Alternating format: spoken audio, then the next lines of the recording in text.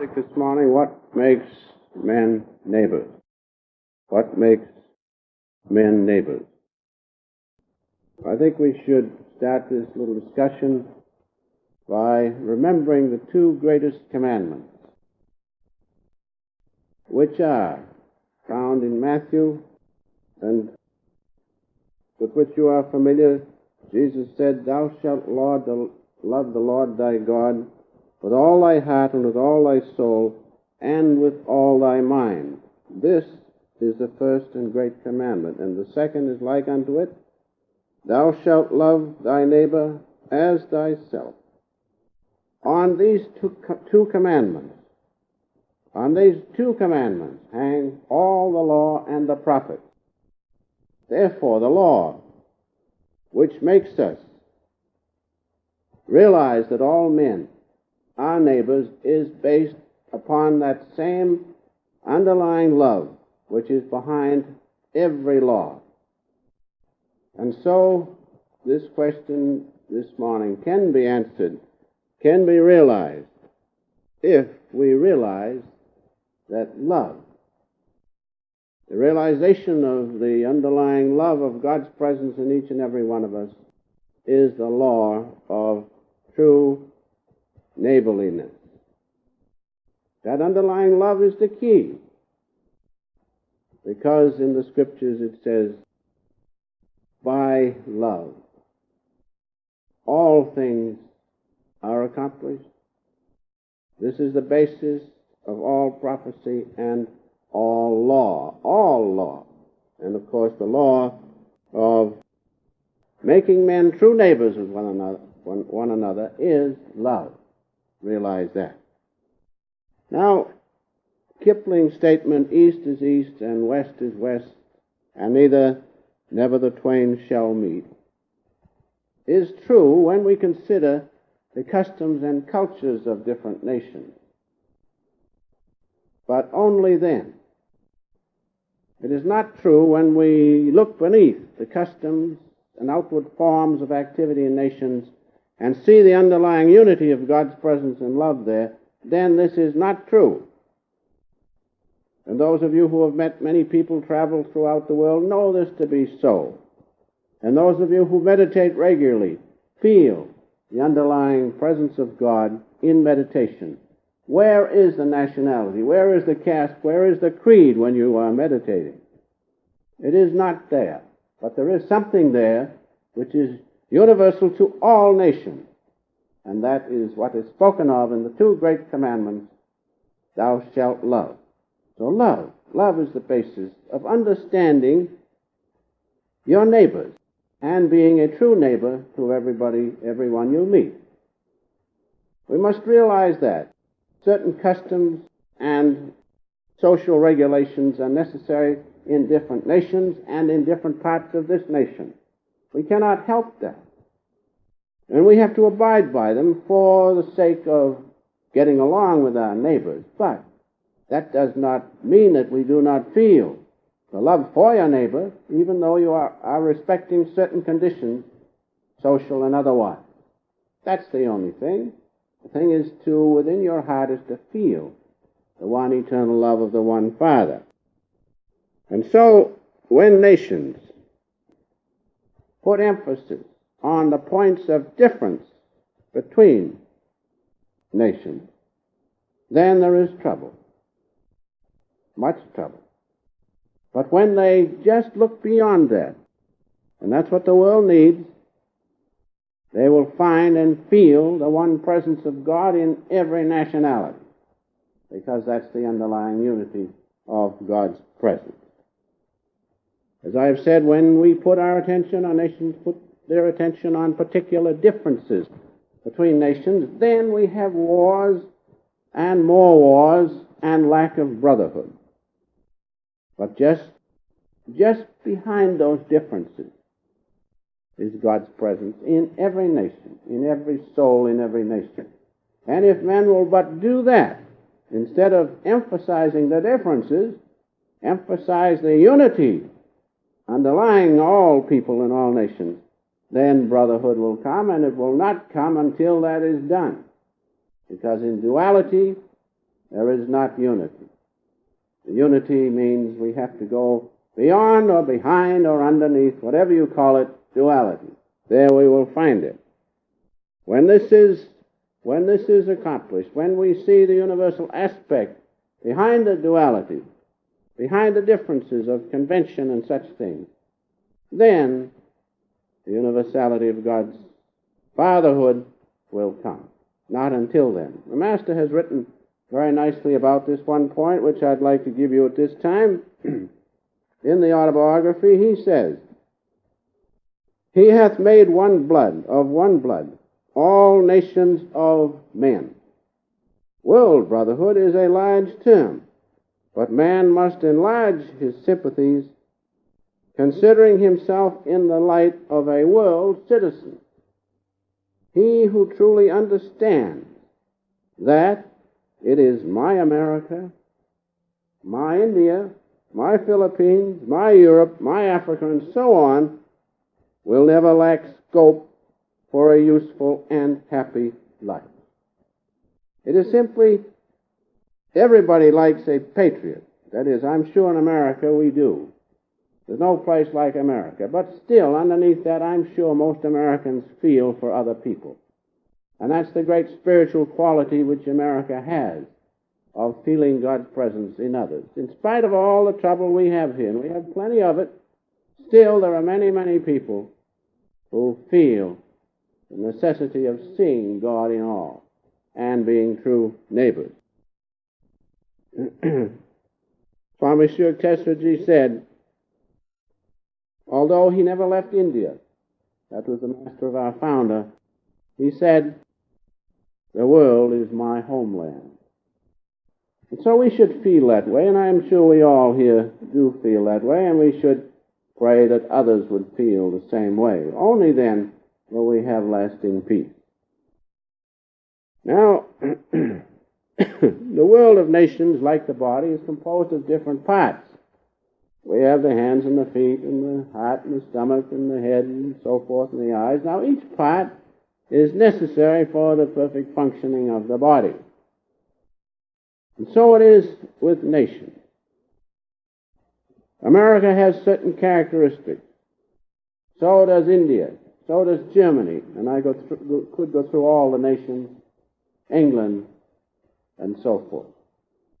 In America, we're noted for our know-how, so to speak, and our ability to make material things and do it in mass production and such things, and we're noted for our sanitation and things like that. While in India, it is just the opposite. There, the conditions of sanitation are not what they should be. And there is famine, drought, and so forth. But behind all that in India is the one great spiritual treasure which the saints have inculcated and which remains there and which can be perceived by those who go there.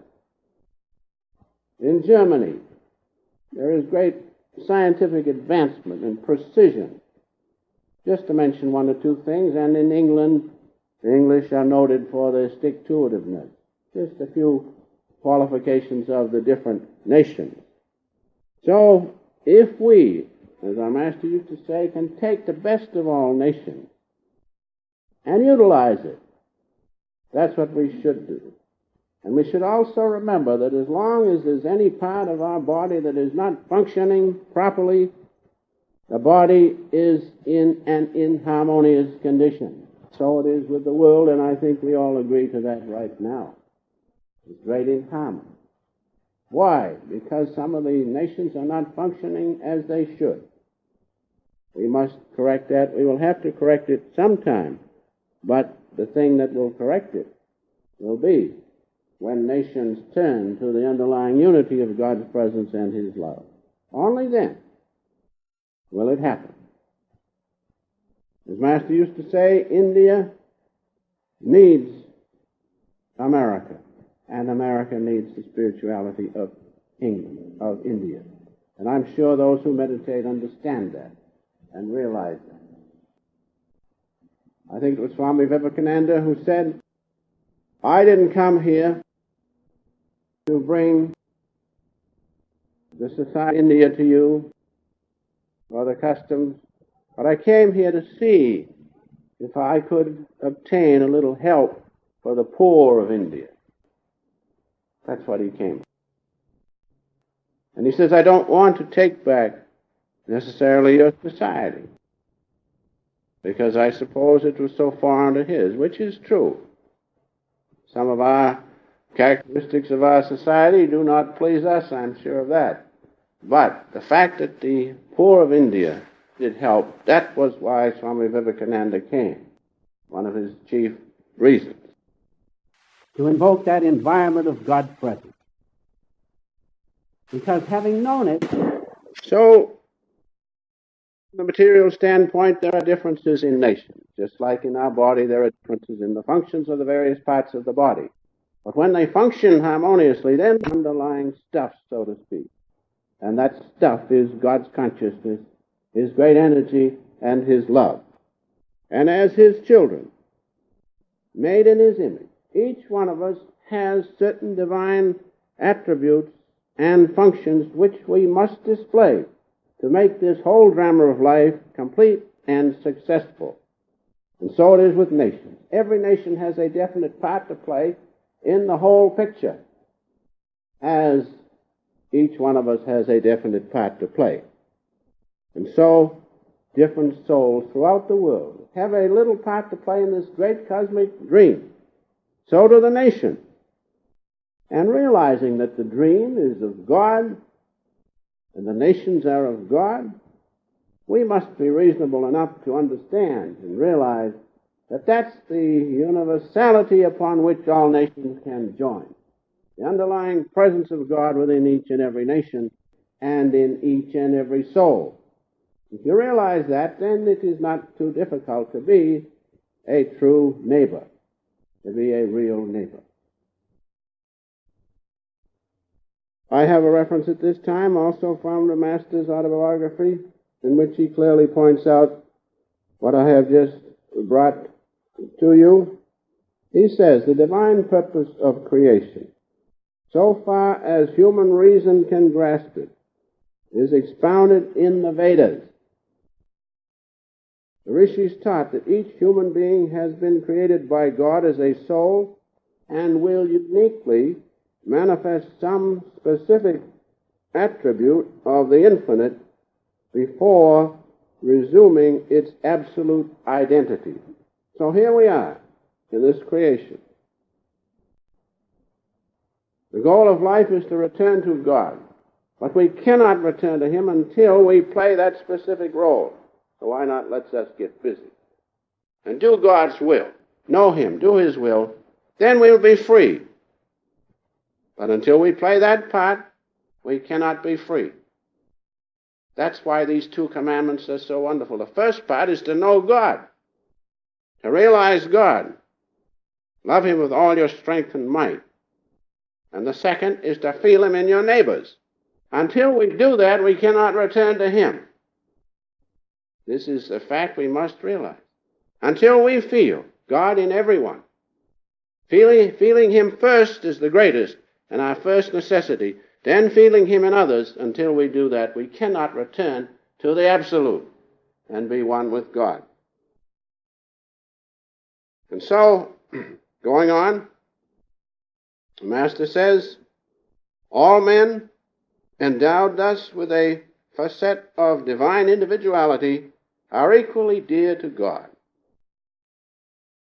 Sometimes we feel, oh, that person from that other country, he's inferior.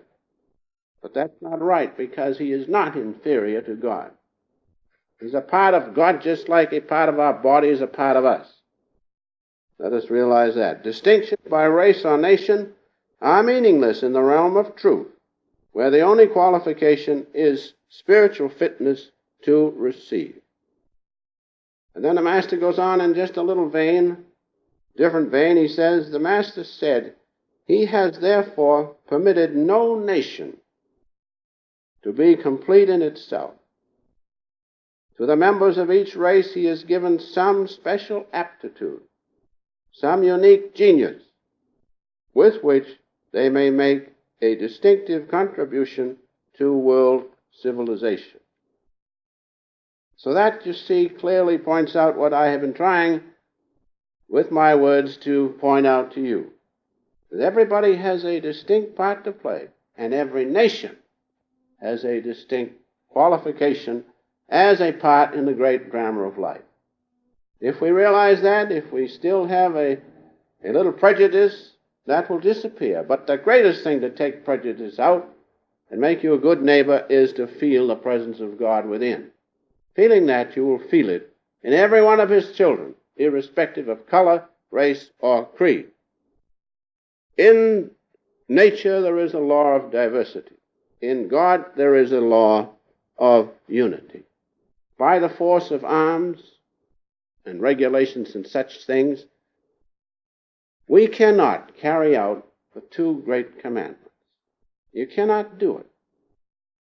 But by turning to God and being one with him, they are easily carried out, because God is love. I know it is necessary to have regulations in the world and in different nations.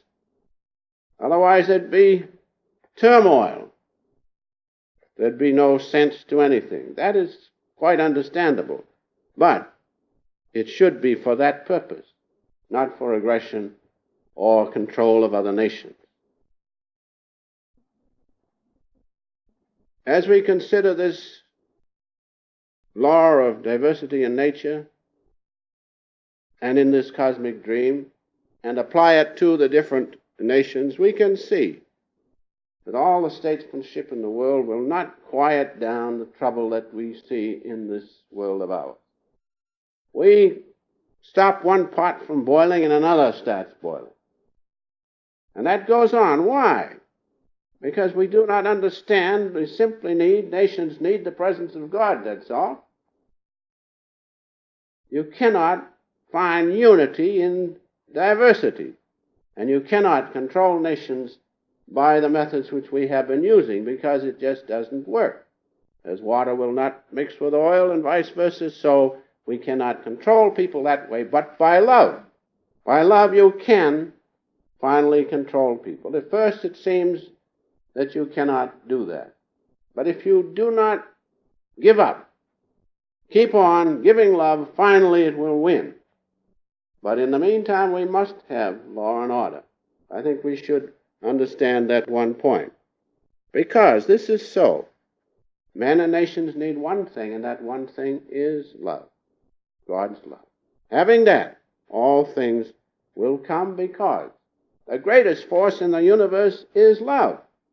It is that great force which has pulled and is pulling all things back to God. It is holding the planets and the different universes as they should be. That's the great force of attraction of God's love. And a little of that we feel in our heart, naturally implanted there by God. That's the greatest force in the universe. That's what is needed.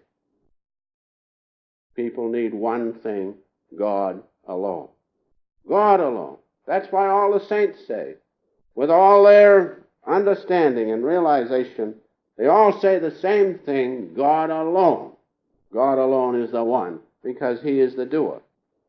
I think the Master has a very pointed remark on this here.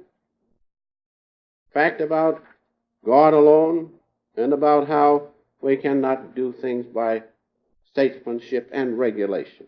I mean the final thing. So he says this: our armaments have failed already. Let us now be in search of something new. Let us try the force of love and God, which is truth. When we have got that, we shall want nothing else. And so to be a good neighbor, the first requisite is to know God, to realize that we are not separated from him. Even religion, which comes from the root which means to bind, or to join together, to join us with God, so to speak, even that does not work. It creates greater differences between peoples and between nations. Why? Because they follow the outward form of religion and do not see the underlying unity of it, which is God's love. These facts must be considered. and taking all the religions together, the people of all religions, if they will just follow the path, of course, the path in which they have been born, for instance, but not stop with the path, but see above the path the underlying unity, then religion is of great value. But when they stop on the path, they do not reach the goal, and the goal is unity with God's love.